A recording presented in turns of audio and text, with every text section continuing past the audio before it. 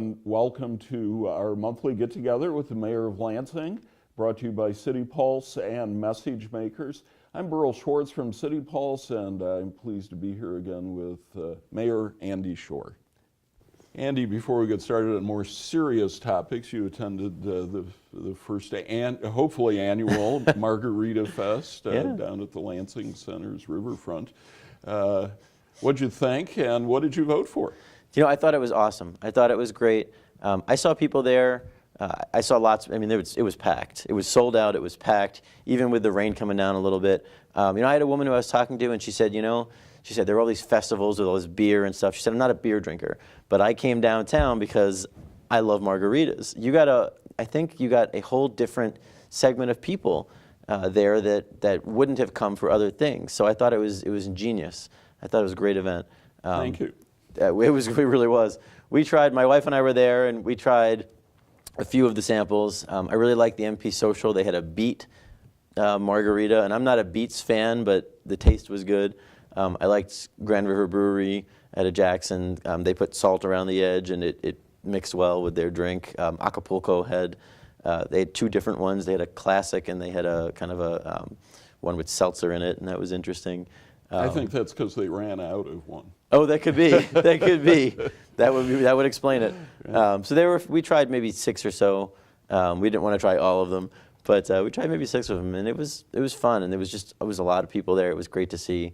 It was great to see people there on the riverfront, and trying something new. So the first one you mentioned indeed got the most votes. MP Did he? Social. Is that right? Yeah. It was unique. Yeah, it was you're unique. a man of the people. That's right. Or the margarita drinking people. Right. I didn't know that. The food was good too. Both the food trucks that were there were delicious and made a lot of money because the lines were long.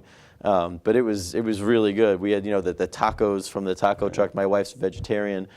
So we got tacos from the taco truck. It was delicious. Good. Well, let's take you from the Grand River front to Mackinac Island, where you just attended the Detroit Chamber's annual policy conference. Yeah. Tell me about how people reacted to you as the emissary for Lansing. It was very positive. It was very positive. I didn't actually attend the conference. I went up and we did a Lansing reception that's happened for many years, and I wanted to continue that.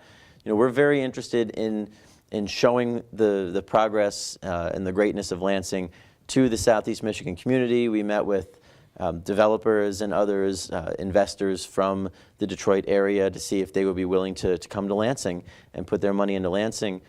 We met with one developer who said he loves Lansing. He said he comes up here often to visit the MEDC, and he said, the walkability and the number of people who are walking around Lansing whenever he's here, it's very impressive. That's what they actually strove to get to in Detroit, and now they're there with their development. So we want to try and have people come here and help to paint the landscape. He actually said, you have a lot of great developers in Lansing doing a lot of work, but we can always have more come in and help to build Lansing and to grow Lansing. So we had a tremendous reception. The one difference between ours and others is the swag.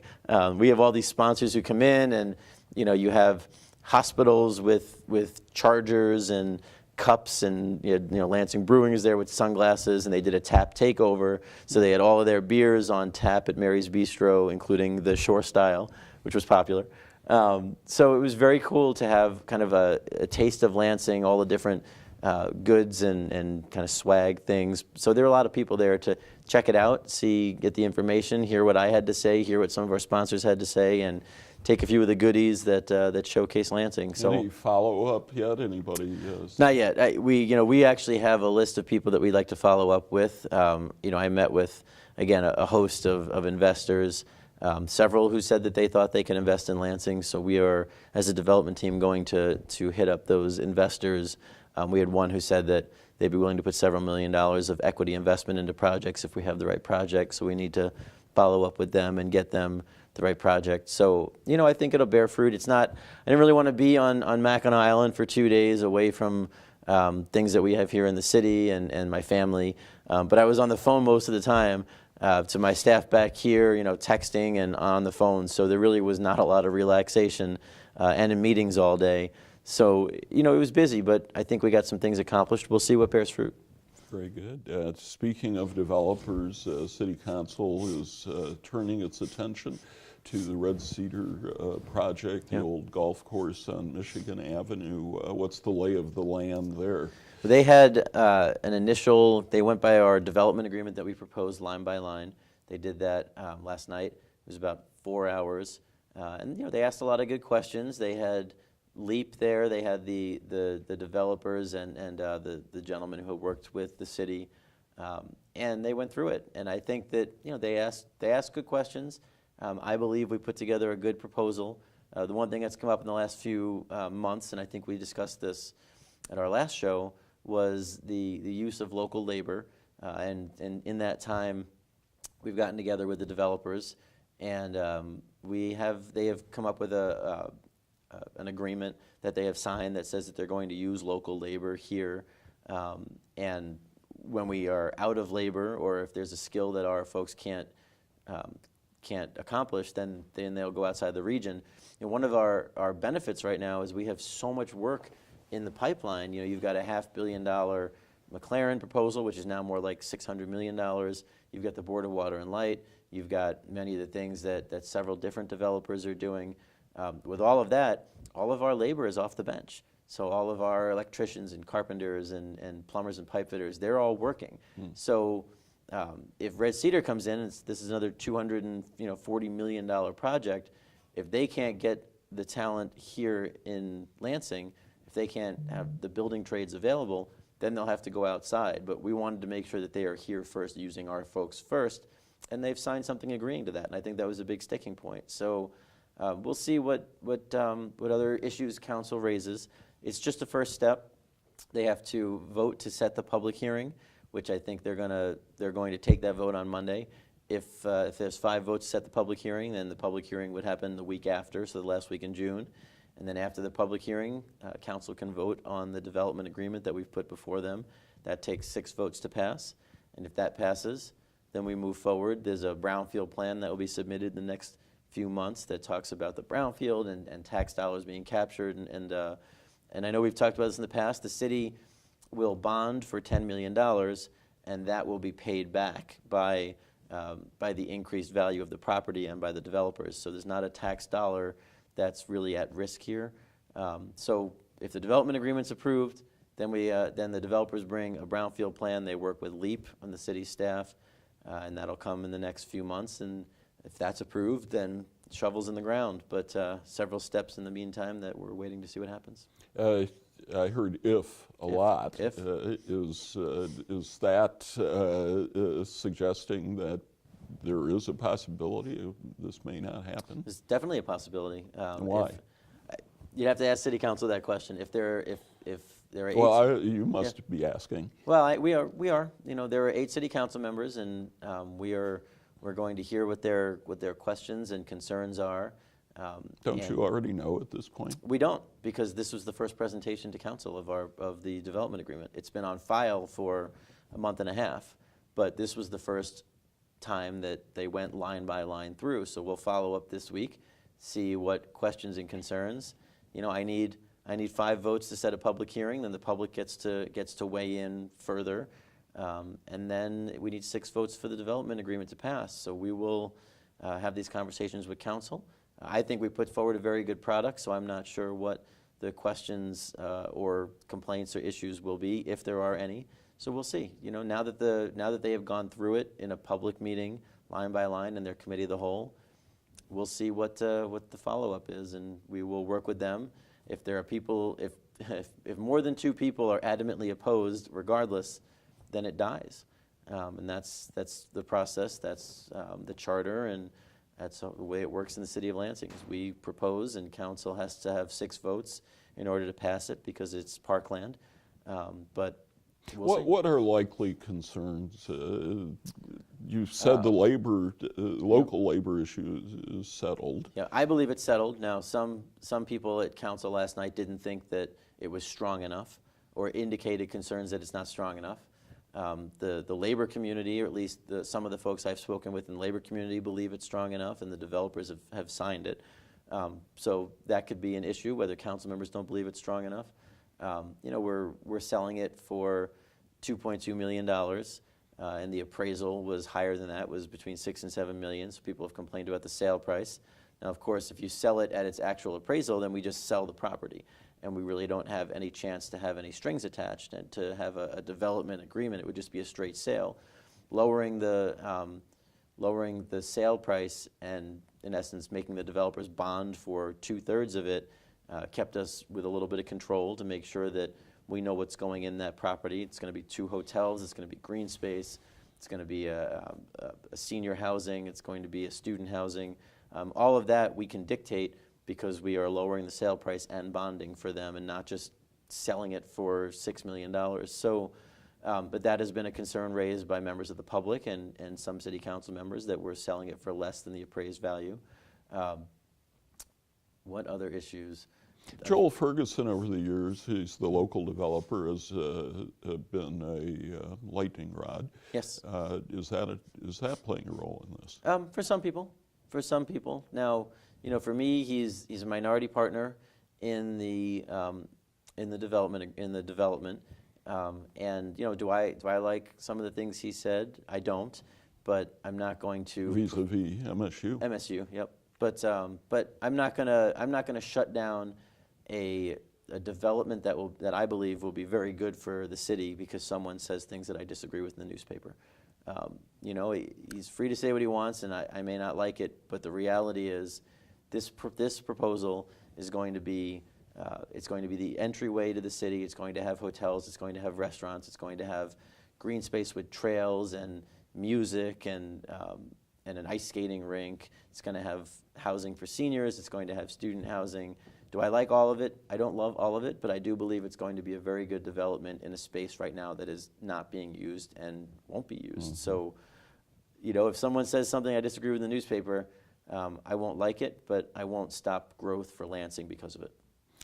A much smaller development is really a repurposing of a development is the city market, yeah. And you reached a compromise, I guess, with City Council. Is that a fair way of describing it? It is. Yep. So you will continue to operate. The city will continue to operate the city market through the summer, maybe into the fall. But it's getting out of the city market business. Is that fair to say? I think it's mostly fair to say. The subsidy, we have to pay a subsidy for the city market because the rents that we receive don't cover the cost. And mostly it's because we only have 3 vendors right now.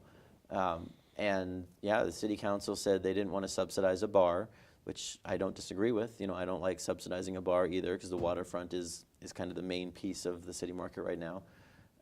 And because the subsidy was cut in half, we will be able to operate the market through the end of the summer. And in September, after Labor Day sometime, September-ish, the subsidy will run out and we will shut the market down. LEPFA, who runs the market, has given notice to the waterfront that they are not renewing their lease. So actually for them, as of July 1st, they have to be out. Now, we've indicated we're willing to extend that through the end of the summer, but not extend a 3-year lease. The market's got to close. We don't have the dollars to keep it open. And we're working on the next iteration of what that's going to look like. And let me interrupt you quickly on that one. The waterfront disputes, disputes that the lease has expired and has not precluded the possibility of bringing action against the city. What's going on that end of things? Anything? Not yet. We've given them notice. They have verbally indicated that they don't necessarily agree, but at this point, we're moving forward. We're moving forward with what we believe that we can legally do, which is every 3 years, we can exercise the right to extend or not extend the lease. It came to an end. We gave them the LEPFA gave them notice before May, so that they can hit the legalities within the contract. anybody who wants to take legal action has that right. We believe that what we did was in accordance with the contract, and we move forward. So we'll see if we will take action according to the law. So if we're willing to work with them, we've had conversations to say, we can extend you through the end of the summer so you can continue to have business, so that people continue to have this space that they can go to through the end of the summer. And then after that, we're willing to work with them on a variety of things. Mm-hmm. They run Gump's Barbecue, which is on in Rio Town. Right. And they've indicated they want to expand that, and we said we can work with them to try and find a They place. say they would buy the city market. They have said they would buy the city market, so we will entertain proposals from everybody, from anybody, on purchase, on use. We have to use the entire building, we have to use the space, and we have to do it without a subsidy. I think that's really important. So do you think selling it is the best option? I think it's a very good option right now. I don't know that we can continue to run it without subsidizing it. So I think selling it's a good option. We have to know the sale price. There are some other technical pieces right now in ordinance. There's an ordinance that says that it has to be the city market at that space, but ordinance can be changed. Charter says we have to have a city market, but it doesn't say where, so we can designate any or all of the other markets. We do have a very big market environment in Lansing. I do believe that we've got the one that goes on in South Lansing, which has been very effective. We've got the Allen Street Market, which has been very effective. So we have options for markets right now, and so I think that we'll be able to utilize what we have. We're still hoping for a grocery store, but nothing's final yet, because you're going to ask me about that. Hopefully next month we'll have more information. But I do think about it every time I drive to Whole Foods. I'm sure you do. I'm sure you do. I think about it every day, regardless of where I am. So we'll see. I think that we're in a good place. Like I said, I'd like to get through the summer, having that space activated. We expect there'll be food trucks. We've seen the model at the Lansing, at the 517 event, and at the Margarita Fest event. We had food trucks that did very well. The 517 event, I mean, the lines were ridiculous, to get to the food trucks. So I think that we can utilize food trucks and other options until we can have a permanent use for that space. And there are 2 musical events each many weeks down there, and if you sold it, what happens then? Do you lose those events? Well, the musical events are outdoors. Right, so that's not considered city market property. Correct. Okay. Yep. Let me go back a little bit now, Andy. The many critics of how the city market has been operated by this LEPFA, and because of decisions made by the city, the Bernero administration and the city council, and critics, including my newspaper, said this was a self-fulfilling prophecy that while you would have a city market on the river, eventually you were going to have a city market surrounded by apartment buildings built by Gillespie. And I wonder, if you look back over the history of this, wasn't this really doomed 10 years ago? I don't know. I'm dealing with what I've got now and what we can do for the future. And what have you learned from it? We came in and we've learned that we're subsidizing a bar. No, but as far as how would you do things differently in a similar situation? I don't know. At this point, I think that many of the vendors left. Many of the vendors didn't want to move, and then with a loss of vendors, some did move, but it wasn't sustainable for them. Well, I understand that, but I guess what I'm wondering about is the other cities, Ann Arbor, Flint, Grand Rapids, successfully operate city markets. They also heavily subsidize their markets, heavily. And so what is wrong with that? Nothing. I don't think there's anything. If the community wants to put an investment into a market, I don't have a problem with that. Now, the community, the last few years, has been putting an investment into a market, which is mostly a bar. And that is what council objected to. We put forward a budget with the subsidy in it. with the idea of we were going to work on it for the next year. Council wanted to remove the subsidy, so we negotiated with them. We got it down to half, but Flint has a very effective market, and they subsidize it heavily. I think a lot of it is where it is. You know, in Flint, it's right in the downtown. MSU and U of M have campuses there. Same with Ann Arbor. Same Well, with, it's in the old Carytown Yep. area. Yeah, in Ann Arbor, it's actually on the corner of campus, but you know, the Ann Arbor population uses that as their market. For whatever reason, in Lansing, we develop markets in other places. You know, if you go to the Allen Street Market, you see it's packed. If you go to the South Lansing Market, you see it's packed. We have, in essence, decentralized the markets, and people are going to those for their produce, for their farm goods. You know, when you look at the city market, there's more people surrounding the city market now than there was before. I mean, when you look at these apartments, when you look at the outfield, when you look at the marketplace, there's more people that live around it now. Right, and so wouldn't that argue that the they problem... they should be more, they should be Right, shopping so there. wouldn't but that they're not. argue that LEPFA hasn't operated it in the best way? I don't know that LEPFA can go into the apartments and say, hey, you have to shop here. Yeah, but if you don't subsidize it to the point that you have something vibrant were. in the building, Yeah. well, when? We've been giving it, I mean, it's been $80,000 for the last few years in the budgets that we've seen. Apparently not enough. Again, you can put $1 million in. You can't force people to come in unless you give free rent to the vendors. So maybe the rent was too high. Maybe, you know, we on one hand you can say the rent's too high. We should have been subsidizing it more. But what we were hearing from the public and from council is, you know, we need less of a subsidy because that money needs to go to roads and parks and other things. There's always going to be a balance. But that's because the market had obviously failed. 80,000 wasn't enough. I don't know that that's the case. I don't know that 80,000 wasn't enough. I think that you'd have to ask the vendors, you know, why did they leave? Why were other places more, why did they want to go elsewhere? And again, I think a lot of it had to do with the options that you have in Lansing. So if you live in South Lansing, you don't need to come downtown, try and find a parking place, you know, to shop at the city market.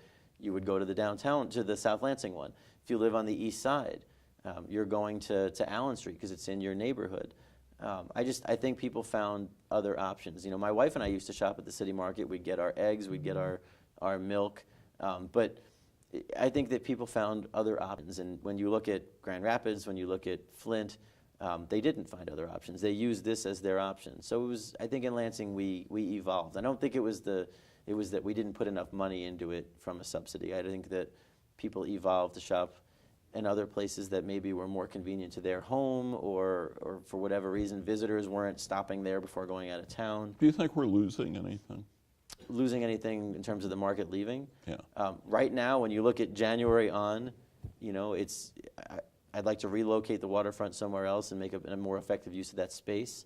We want to make sure that the gentleman who does the kayaks can still do that, and we're going to put him in the Lansing Center. We've talked to Linda Sims, who does kind of the knick-knacks, and see what we can do to help her out. But I think that we can relocate what's there and make a more effective use of that space. When you say relocate the waterfront bar and grill, We're happy to work with them. the city market or Within elsewhere in Lansing? Within the city. And then what would your goal would be to turn the city market into a one occupant If possible. building? Yeah, I mean one or two or three, but using the whole space. And why not? And what's the objection of the waterfront? Simply that Well, it's we'll have a conversation with them. I mean, they've indicated they want to purchase. We'll have a conversation with them. We've heard a lot of complaints about quality of the food. We've heard a lot of complaints about, in essence, you know, a bar utilizing tents on the outside, not really using effective use of that space.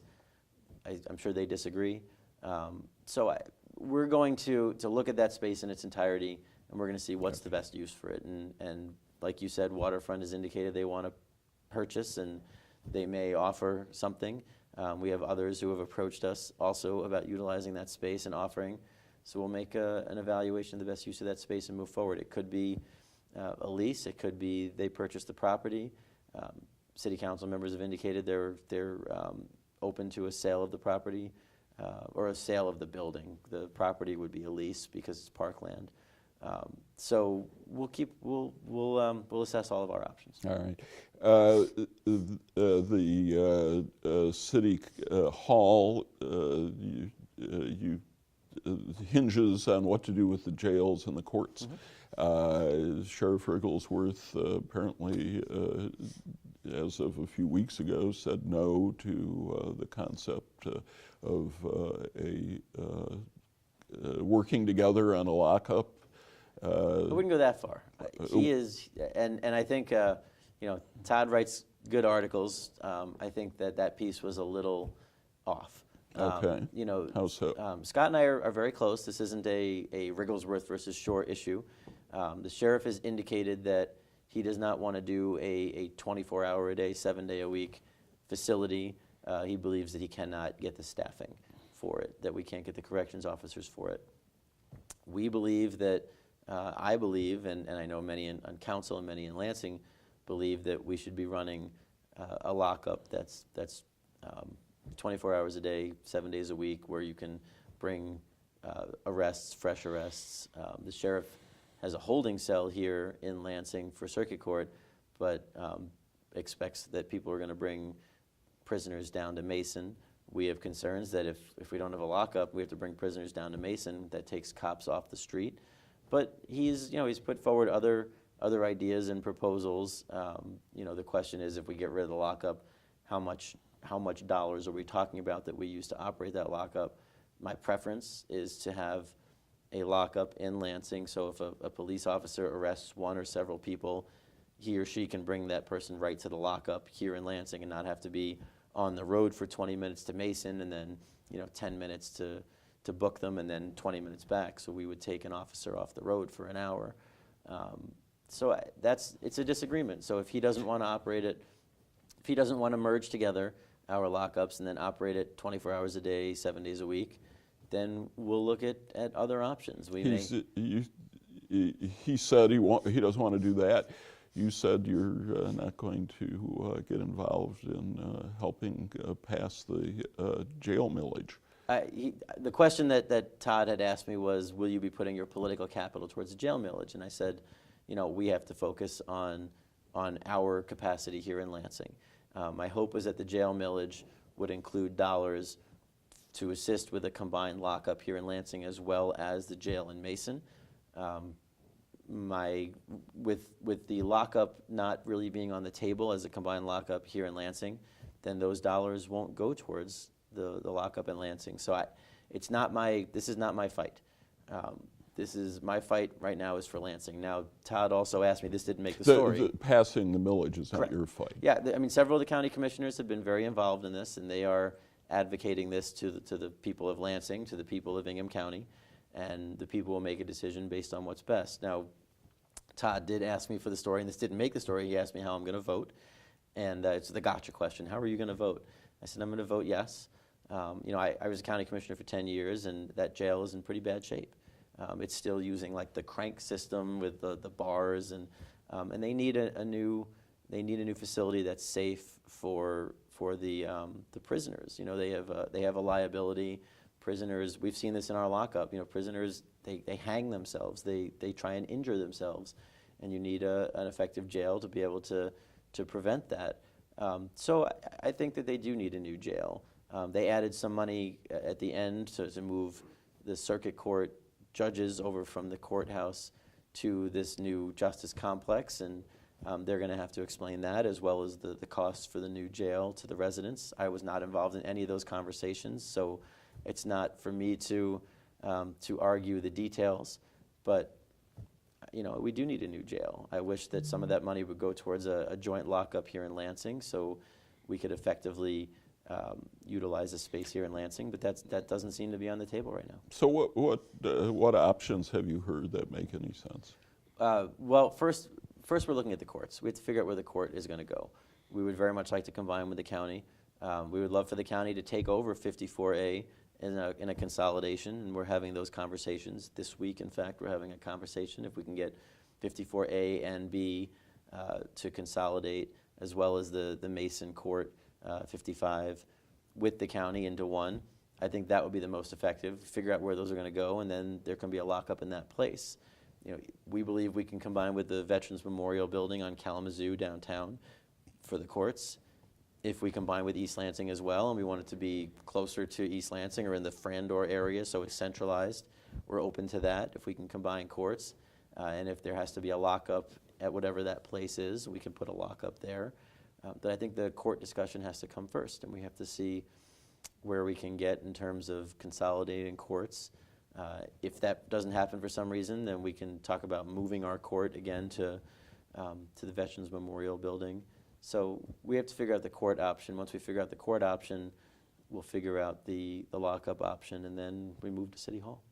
And speaking of City Hall, so you have the redevelopment of City Hall as a hotel, of course, hinges on you're getting the city out of City Hall. That's right. And the Beitler real estate in Chicago has wanted to turn it into a hotel. So where does he stand? Is he being patient? Last we heard, yeah. Last how I talked. How long ago? I don't know. How long ago did we talk to him? Yeah.